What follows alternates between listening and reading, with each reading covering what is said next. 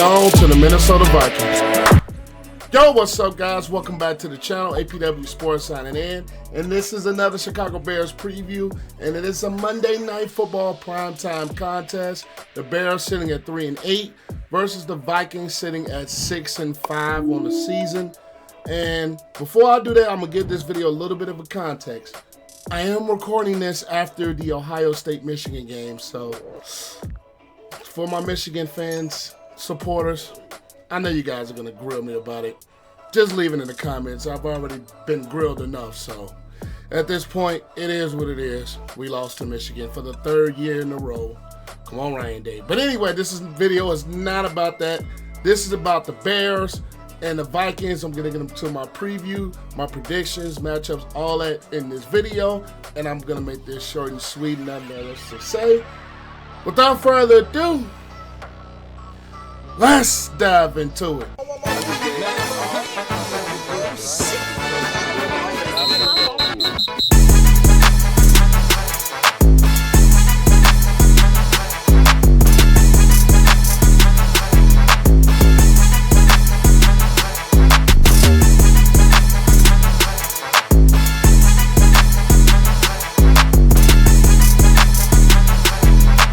Okay, so the first matchup we're going to talk about is this Bears offense going up against this Minnesota Vikings defense. Now, one thing that was prevalent in the last game is how the Minnesota Vikings blitzed and got after Justin Fields. Now that the Bears have a fully healthy offensive line, Tevin Jenkins, you got Jones, Patrick, Davis, and Darnell Wright, all 5 starters are in for this ball game. I'm interested to see how the Bears are going to protect and keep Justin Fields upright. And another thing, especially with the Vikings, is that Danielle has been on an absolute tear getting after the quarterback this season. So I'm interested to see how they're going to make some adjustments and try to keep his pass rush specialist things at bay. And how are they going to use Justin Fields again in the running game? We've seen it last week against Detroit that the Bears implemented more design runs for Justin Fields. And we all know when Fields starts to run the ball a little bit and he starts to get some yardage, some positive yardage, I think that kind of engages him in a ball game like this, especially in a primetime type of atmosphere on the road. What are they going to do to get Justin Fields running the football in, especially with Foreman being doubtful and he's probably not going to play Monday night?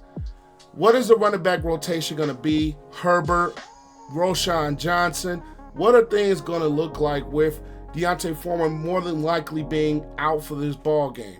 Now, the Vikings defense, they're a defense that is ranked in the top half of points at 14th.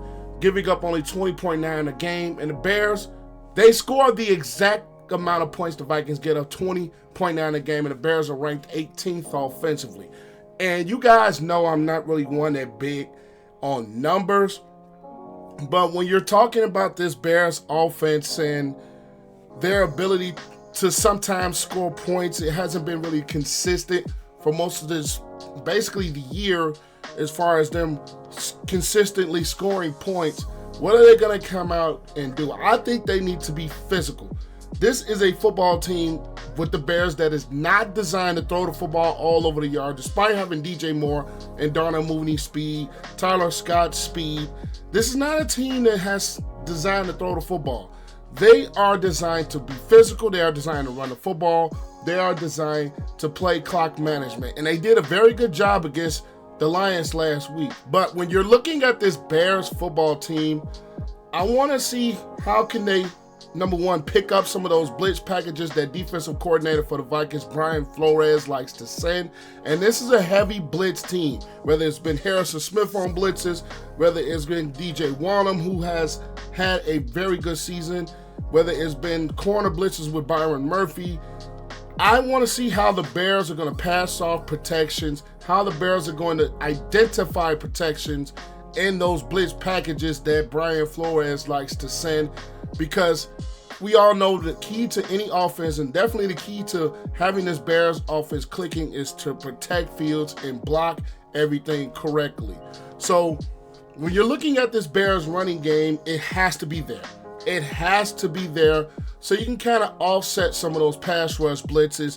Get yourself in shorter third down situations, something that is not obviously passing situations, to help limit the effectiveness of some of the blitzes that Brian Flores and the Vikings like to bring. Because when you have shorter third downs, that opens up so much of the playbook for your offense and Luke Getsy that you are hesitant as a Vikings team to send so many blitzes, because everything is open versus open pass situations. You could just send the house and come after Field. So that is a key.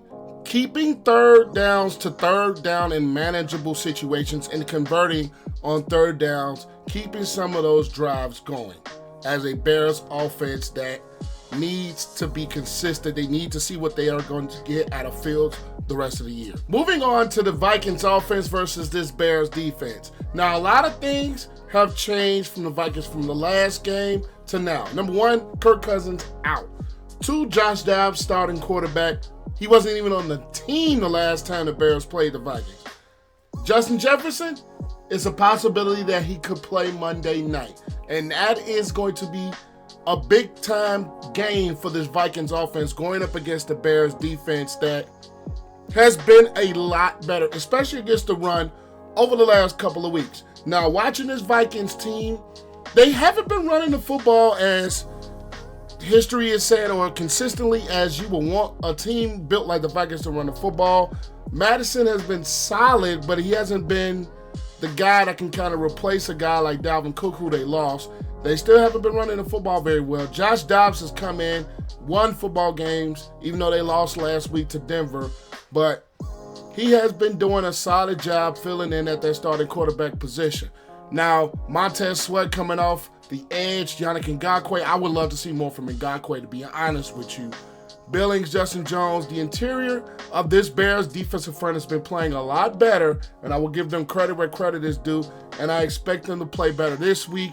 And the Vikings do have a solid offensive line with Darisaw, Bradbury at center, Brian O'Neill is a solid right tackle, Reisner, solid guard. So they have a very solid offensive line, and I'm interested to see how Matt Eberflus is going to kind of bring some pressure on Josh Dobbs. But the thing about Josh Dobbs is that he has great escapability. He is a guy that can move around, make plays with his legs, and make plays with his arm on a run.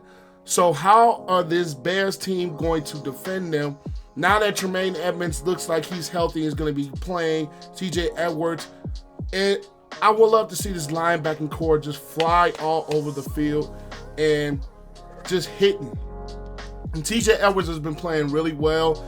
I would love to see how they're going to match up against the tight end with a guy like TJ Hawkinson, who I think personally is one of the top 5 tight ends that we have right now. He is a very dangerous weapon. Jordan Addison at the wide receiver position has been stepping up big time ever since the loss of a guy like Justin Jefferson. So how is this Bears team going to do in coverage with Brisker, with Johnson, who I think Johnson's probably going to get the assignment of Justin Jefferson, assuming Justin Jefferson is going to be activated and active for this football game. And Tyreek Stevenson being questionable, I think that's going to hurt a little bit of their depth because he's had some solid play, had his first pick last week. So this Bears defense, I think they're just been getting better and better over time. And with this Vikings offense that Josh Dobbs is leading, they have been, especially last week, they turned the football over a ton. And that is going to be key in a ball game like this, is the Bears have to create turnovers. Not guaranteeing a win in a ball game. We saw that last week with 4 turnovers and we still lose the ball game. But still, turnovers is key. The Bears are going to have to create them. They haven't been a defense that necessarily is dominant and stop people, especially in the passing game, which the passing game has not really been a good defense thing for the Bears over the past few weeks especially. They are going to play the run well. I think they're going to play the run well, especially with the Vikings not running the football very well. and bring some really, really good pressure. They need to bring pressure after Josh Dobbs. Make the Vikings kind of one-dimensional and see where you go from there as this Bears defense. But enough with all that said. My pick for this game is going to be, I hate to do it, but I'm going to roll with the Vikings, and this is why. Number one, can't trust the Bears at this point, especially blowing the lead last week. Two, what Bears offense is going to show up? You have no consistency with this Bears offense to show up week in and week out. We have 1 week where we have a very good offense, 1 weekend where we go back to looking pedestrian. It's just not consistency. So I think both teams, the Vikings have been a little bit hotter, even with Josh Dobbs at quarterback. He's been making some good throws. Jordan Addison is beginning to open. And if Justin Jefferson comes back, the Bears pass defense, I don't think will do enough, especially with their lack of ability to get after the quarterback on a consistent basis. So it pains me to do it. I'm going to pick the Vikings. I'm going to pick a score of 17-14 in a very close ball game.